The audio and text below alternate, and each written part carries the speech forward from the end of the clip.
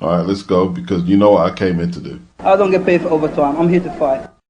Fight between two individuals who, from their perspective, might as well be superheroes. Like, they might as well stepped out of a Marvel comic. They're superhuman with their skills and their physicality. That's what's most interesting about this. They both can fight. They both want to fight. I'm not really bothered about the rule sets or the rankings around either one of them. What I'm interested in is how much this fight will draw interest. And to be honest, like I said, I love Usyk, and I would definitely watch the Anthony Joshua fight, but they don't interest me as much as this one, just from a combat sports analyst perspective. But with Ngannou and Tyson Fury, because it's such an unknown. And like, this is the problem with some of the people talking on boxing. You're saying Fury versus Ngannou is like two superheroes. Tyson Fury ain't built like a Marvel comic superhero. You quoted Marvel comics. Show me a Marvel comic superhero built like Tyson Fury. AJ and Wilder are built like Marvel superheroes more than Tyson Fury. Wilder versus AJ, in terms of both men's legacy, would do them way better than Ngannou would do for Tyson Fury's legacy as a boxer. Then you say you're not concerned about the rule set of the fight between Fury and Ngannou. So okay, if you're not concerned, then it's just straight Queensberry rules, and Tyson Fury just annihilates Ngannou as expected. Because, like you say, you're more interested in the interest the fight draws than the fucking rule set. Why are these people commenting on boxing and they don't know what the fuck they're talking about? So it's more curiosity. Like the guy said, oh, it will draw like a Jake Paul fight. Look, the Jake Paul fight, I don't hate against Jake Paul fights. I don't hate against influencer YouTuber fights. I don't hate against it. But it's two separate genres, bro. Yeah? It's two separate genres. Tyson Fury should fight Ngannou after he ties up all the belts against Usyk. Muhammad Ali's biggest purse was against that wrestler, the Japanese wrestler. That was his biggest purse of his career. But he didn't fight that guy until he was undisputed champion for probably over 10 years in total, until he took on all comers. You journalists, you need to tell Tyson Fury to handle his business. That's what you need to tell him.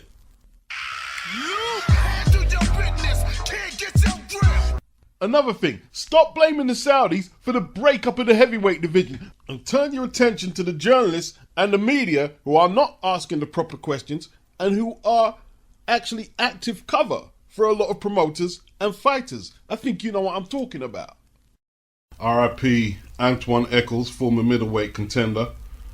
He challenged Bernard Hopkins twice for that IBF strap. Before Hopkins became undisputed, this is the execution, not the alien phase of Hopkins' career. And I remember them two fights. I remember them very well. Like the first fight, Eccles, a power puncher, he caught Hopkins with that left hook when the referee said break. It didn't look like that blatant a foul to me, to be honest, but it was a foul. And that was a tough fight. One-sided but competitive. So much so that Hopkins ran it back 2 fights later. The second fight was just really nasty. Like, they had some animosity between them, and like Hopkins cracked him on the back of his head and dropped him. Eccles slammed Hopkins on the canvas, and you know what I mean? It was foul-filled. Hopkins won that by a 10th round stoppage. Good fight. And Eccles, you know, good value for money contender back in the day. Came to fight. Big puncher. No cause was listed for his death. 52 years of age. RIP, condolences to the family. Got a very good fight on DAZN this weekend. Both men will be struggling into the ring from the sick bay. Stanionis, 28 years of age, 14-0, 9 inside the distance. He's coming back from an appendectomy. He crosses over to the DAZN side of the street. He takes on Virgil Ortiz, who's 19-0, 19 inside the distance. Virgil is 25 years of age. He's coming back from a blood disorder.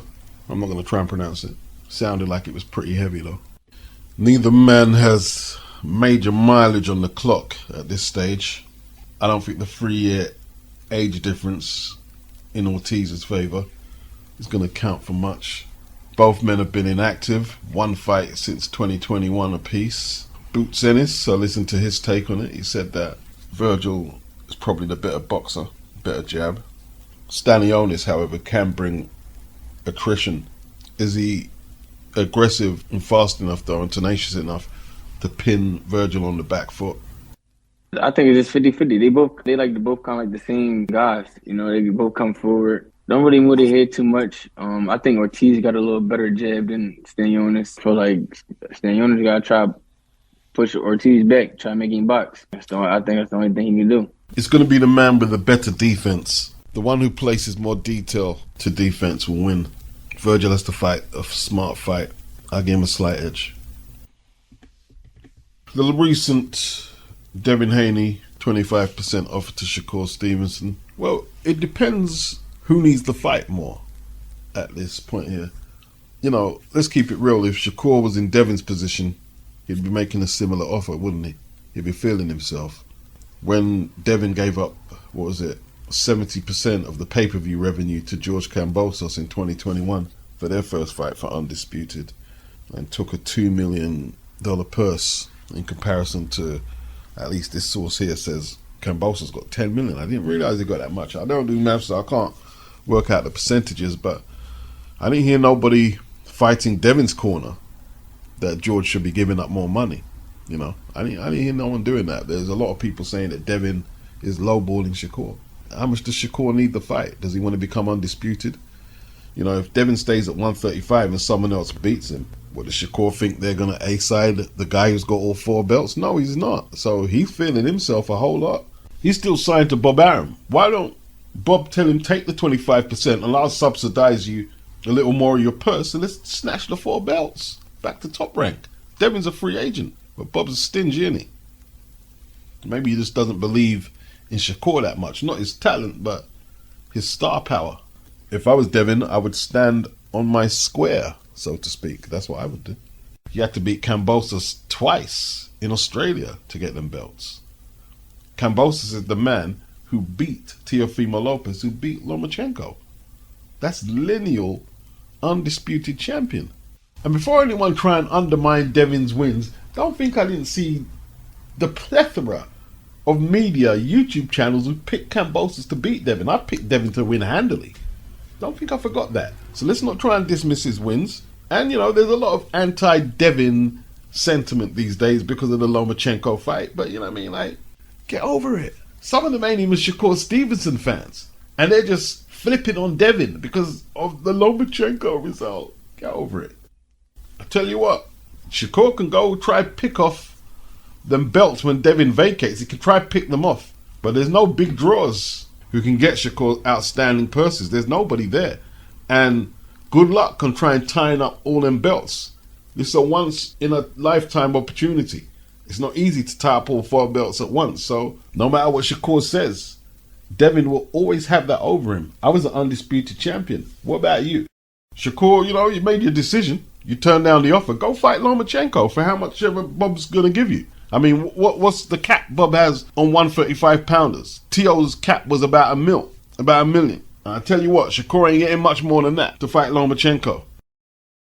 Jerome Boots Ennis versus Roman Villa is a very good fight. Villa coming off that upset win against Rashidi Ellis. And, you know, Rashidi doesn't have the same type of size or power that Boots has. So whether or not that will deter Roman Villa hooking away with that left hook to Boots' body and then coming up to the head, I don't know.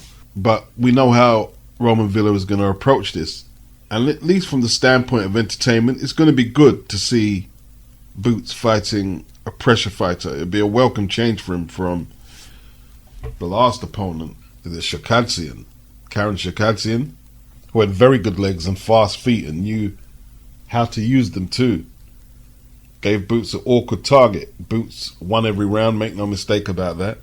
A lot of people critiqued him for that fight, and I'm thinking, wow, you're critiquing him for that? The guy was 21-0, didn't engage, threw enough punches, I guess, to stop the referee from demanding him to do more. You could argue Boots didn't cut the ring off very well. Yes, you could argue that, but what is it you want Boots to do exactly? So this should be a better fight for Boots. And a lot of people will be expecting a stoppage. Although Villa has a very high knockout percentage, but he has fought as low as 134. He's not the biggest welterweight. I can't pick against anything less than a Boots win. It just depends how he looks, I guess, in this one. Does he get the stoppage? Will it be an emphatic points victory? Will he show us some world-class boxing? He himself has been inactive, and Villa has actually been active. He fought 3 times last year, all against opponents with winning records. And of course he beat Rashidi Ellis in January of this year. Boots, on the other hand, he's 26 years of age. His opponent is 30. He fought once in 2022.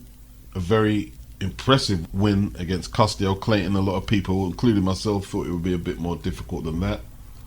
And obviously the Chukadzian win this year. I believe that was on the same bill where Rashidi lost to Roman Villa. You know, is it really acceptable to keep a prospect, no, not a prospect, a contender for the world title that inactive? Fought twice in 2021. Unless the inactivity takes a toll on him, and perhaps the weight making 147 because he's a big welter, people would be expecting him to close the show. I mean, Villa's not hard to hit, is he? I wouldn't be shocked if it was a tougher fight than my head is suggesting. I wouldn't be shocked by that, but I'm looking forward to it. You know, Villa, 26 wins, 1 loss, 24 KOs, never been stopped. Got to take him serious. Coming off an upset victory over the undefeated 24-0 Rashidi Ellis. Got to take him serious. Likely opponent next? You know, look, the reality is the light heavyweight division is tough. You know, he's beaten a lot of the names already.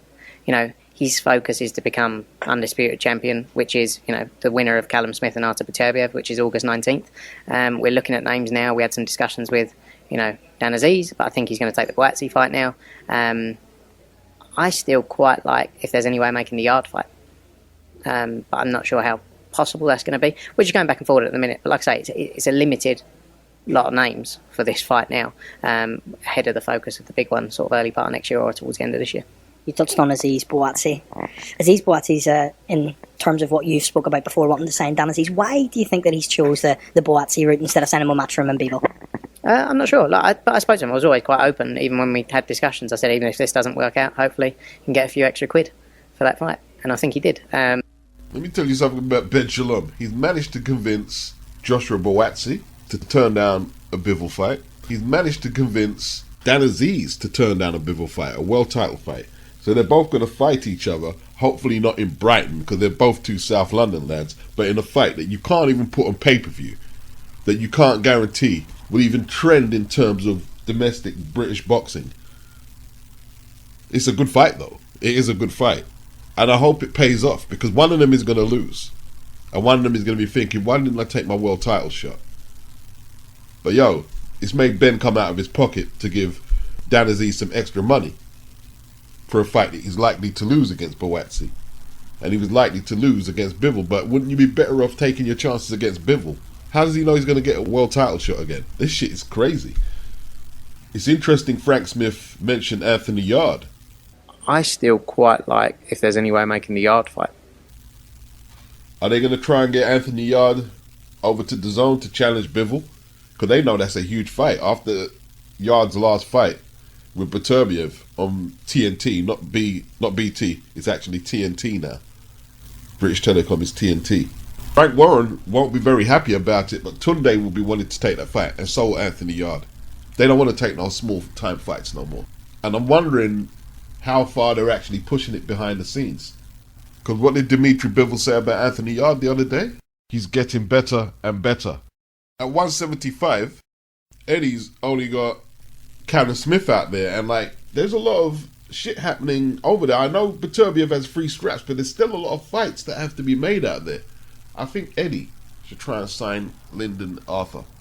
Do a deal with Cali before someone else signs him. You know, like Yarde says, there's lions in the camp, and Frank hasn't got much meat to feed the lion either. Who's Frank got for Anthony Yarde at 175 over there? So Tunde and Yarde will be considering that offer if it's made. Gerald Washington, he was winning a fight against Deontay Wilder and was stopped in 2017 for the WBC title. He says that Deontay Wilder will knock out Andy Ruiz and Anthony Joshua if any of them matchups are made. He said he sparred all 3, and when he compared Anthony Joshua to Wilder, he said that Wilder wobbled him, Anthony Joshua never wobbled him, and he believes that Wilder will catch him. But I'm wondering who Gerald Washington picked to win their first fight, Fury and Wilder. I'm not sure if he's ever sparred Tyson Fury. He probably picked Wilder because Wilder was active and he was knocking people out. That's the thing with knockout punches, isn't it? Like, they're normally beaten or taken to the limit when it's least expected. I mean, what position is Gerald Washington talking from? Is he talking from someone with an iron chin? Because he's been knocked out in 2 by Kownacki. It took Wilder 5 to knock him out. Charles Martin knocked him out.